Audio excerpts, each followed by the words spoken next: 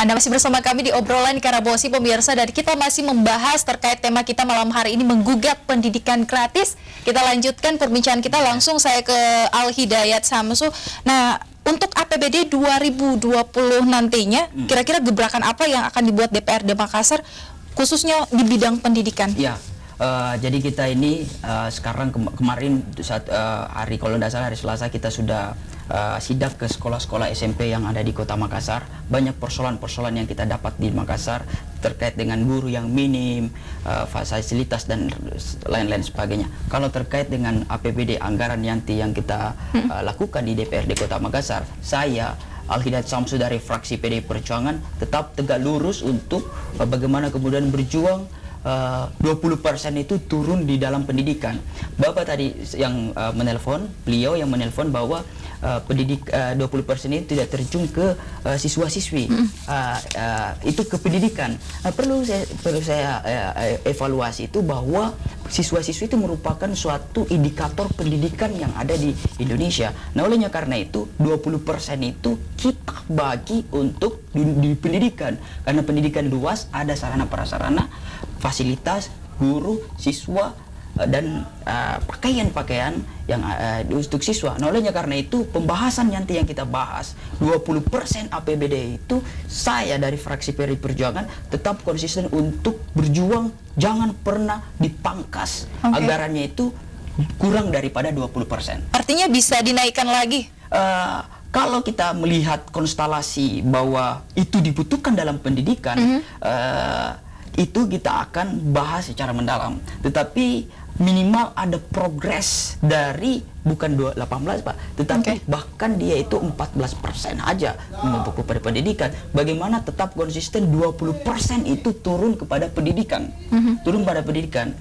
20% APBD, jadi kita akan melihat seluruh tawaran-tawaran daripada Kepala Dinas Pendidikan Kota Makassar, seberapa butuhnya, berapa anggaran yang dibutuhkan. Tapi masih banyak sekolah yang mengeluh bahwa bantuan dari pemerintah itu tidak cukup. Nah, olehnya karena itu, kalau masyarakat kemudian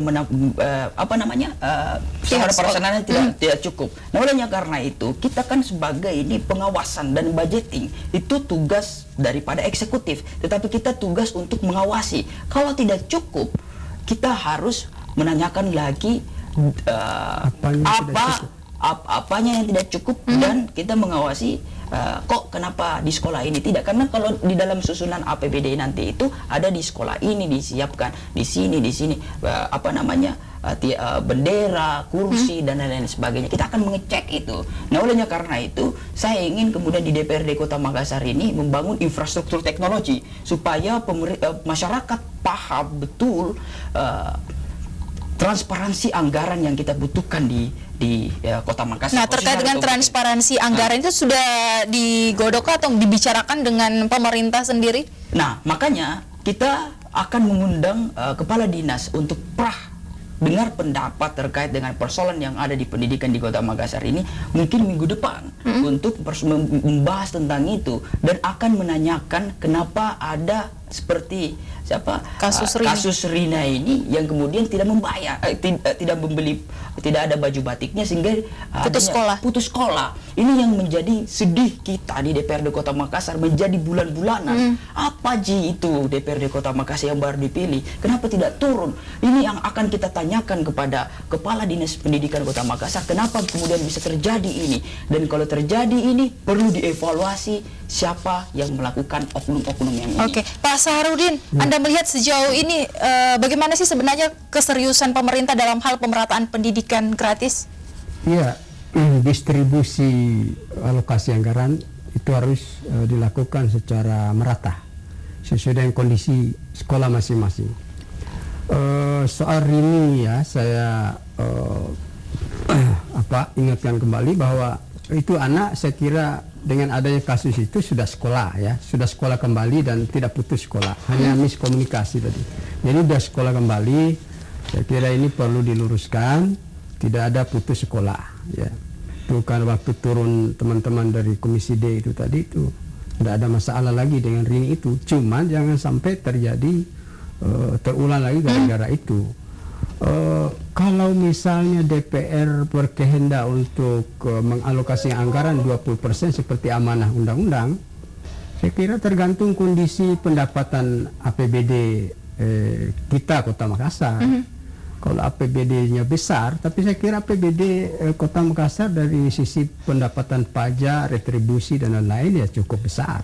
Sisa kepintaran dan transparansi di DPR termasuk di badan anggaran sana. Di DPR komisi badan anggaran itu kan saya tahu ya, karena saya selama ini kan pernah waktu saya di wartawan, tarik ulur kepentingan di badan anggaran itu luar biasa. Ya, jadi memang harus diawasi ya, diawasi. Siapa yang mengawasi mereka itu sana? Nah, ini yang perlu supaya ada pemerataan dan keadilan distribusi anggaran. Tapi itu. pemerintah sudah cukup serius kah? Kalau dibilang serius ya, saya kira kalau dipresentasi ya sekitar 70% ya sudah ya. Tapi untuk mencapai taraf ideal ya keinginan masyarakat itu saya kira masih perlu pembenahan ya, masih perlu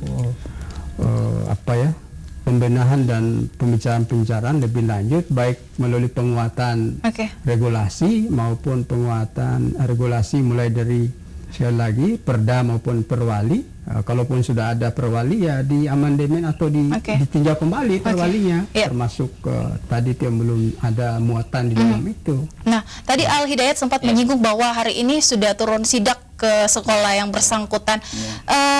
Miskomunikasi menjadi alasan dari pihak sekolah. Tanggapan Anda melihat hal tersebut, apa sih sebenarnya yang perlu dibenahi antara sekolah dan siswa? Ya, yang perlu kita benahi adalah akademik profesional guru yang paling penting, karena persoalan daripada itu adalah penyampaian diksi kata-kata yang kemudian menyinggung siswa-siswi.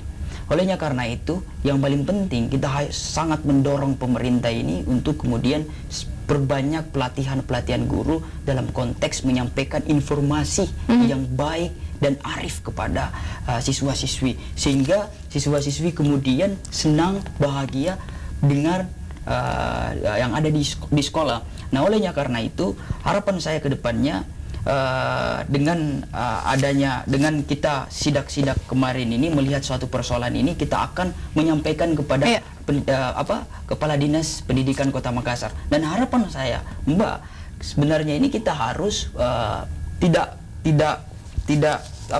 perfect kalau tidak ada dari pemerintah atau wali kota atau Kepala Dinas Pendidikan Kota Makassar, karena di dalam konteks ini mereka lah yang memiliki program. Kita hanya menindaklanjuti dan mengevaluasi dan mengontrol dan budgeting program-program mereka. Nah, olehnya karena itu mereka yang eksekusi. Nah, olehnya karena itu harapan untuk saya, kalau ada tolso-tolso seperti ini kemudian diundang juga pihak pemerintah Kota Makassar, sehingga ini bisa menjadikan solutif untuk Kota Makassar, khususnya pendidikan dan khususnya rakyat dan siswa-siswi, sehingga bisa membangun bangsa Indonesia jauh lebih baik. Tapi saya perlu ini nambahkan keinginan masyarakat termasuk dari penelpon tadi itu ya, memang teman-teman di DPR itu harus